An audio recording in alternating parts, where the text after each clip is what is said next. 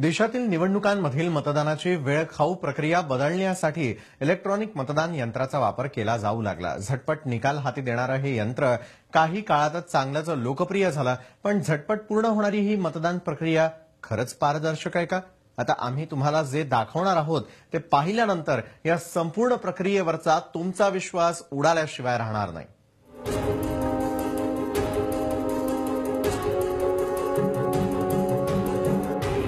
मुंबईतील software engineer Praful लोके हे तुमच्या समोर दाखवत असलेलं प्रात्यक्षिक पाहिल्यानंतर तुमच्या पायाखालची जमीनच सरकेल। त्यांनी आपल्या कम्प्युटरवर डेमो ऑफ ईव्हीएम सॉफ्टवेअर तयार केलंय। ईव्हीएम मध्ये ज्या पद्धतीनं काम चालतं तीच संपूर्ण रचना या सॉफ्टवेअर मध्ये करण्यात आली। आता जरा लोके दाखवत असलेल्या या डेमोकडे पहा।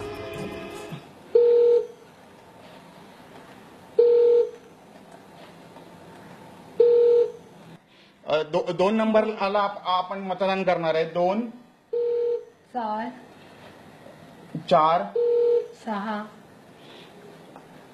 6 5 5 आता तुम्ही बघितलंय की वोट ट्रान्सफर झाली आहेत की नाही। आता तुम्ही बघतायत की 2 नंबरला 6 मतं झाली आहेत। आपण 4 नंबरला 1 मत दिलेलं होतं, पण 4 नंबरला 0 आहे। 6 नंबरला पण आपण 1 मत दिलेलं, तर 6 नंबरला 0 आलाय आणि 1 नंबरच्या त्याने हे एक मत ट्रान्सफर केलंय। आता मी काय केलंय, हे रॅन्डमली होतं, कोणाला कळणार नाही कोणाची किती मतं ट्रान्सफर झाली। बसला ना धक्का? हो, मशीन तयार करणाऱ्या कंपनीचा इंजिनियर प्रोग्राम करून ठरवून एखाद्या उमेदवाराला विजयी करू शकतो। जरी त्या उमेदवाराला कमी मतं पडली असली तरी सॉफ्टवेअर मध्ये करण्यात आलेल्या बदलामुळे विजयाची माळ त्याच्या गळ्यात पडेल। यासाठीच आता लोके यांनी कोर्टात जनहित याचिका दाखल केली आहे। मी 11 डिसेंबर 2013ला आपल्या भारताचे राष्ट्रपती आहेत, त्यांना पत्र लिहून कळवलं की ह्या मशीनमध्ये घोटाळा आहे आणि कसा घोटाळा आहे ते त्यांना सांगितलं।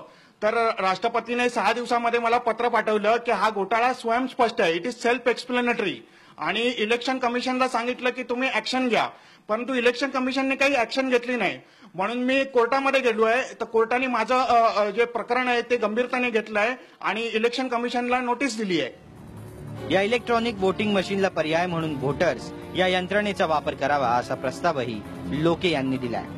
निवडणुकीत ही यंत्रणा वापरण्यात आली तर त्यामुळे मतदाराला आपण कुणाला मतदान केलं हे स्लिपद्वारे दिसणार आहे। याचा खर्चही कमी असल्यानं पैशांची बचत होईल असा दावाही लोके यांनी केलाय। सुप्रीम कोर्टाने एक जजमेंट दिलंय 8 ऑक्टोबर 2013 साली ईव्हीएम मशीन बरोबर व्हीव्हीपॅट म्हणून voter verification paper audit trail.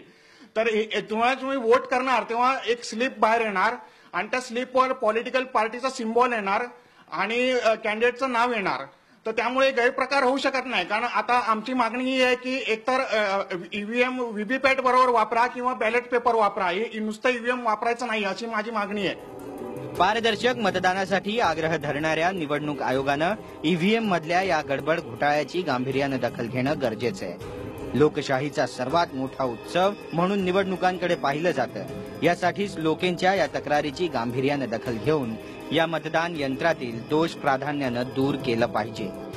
अन्यथा जर निवडणुकीच्या विश्वासार्हतेवरच प्रश्नचिन्ह लागलं तर या संपूर्ण प्रक्रियेवरचा लोकांचा विश्वासच उडल्याशिवाय राहणार नाही। काम्या भट्टाचार्य, TV9 मराठी, मुंबई।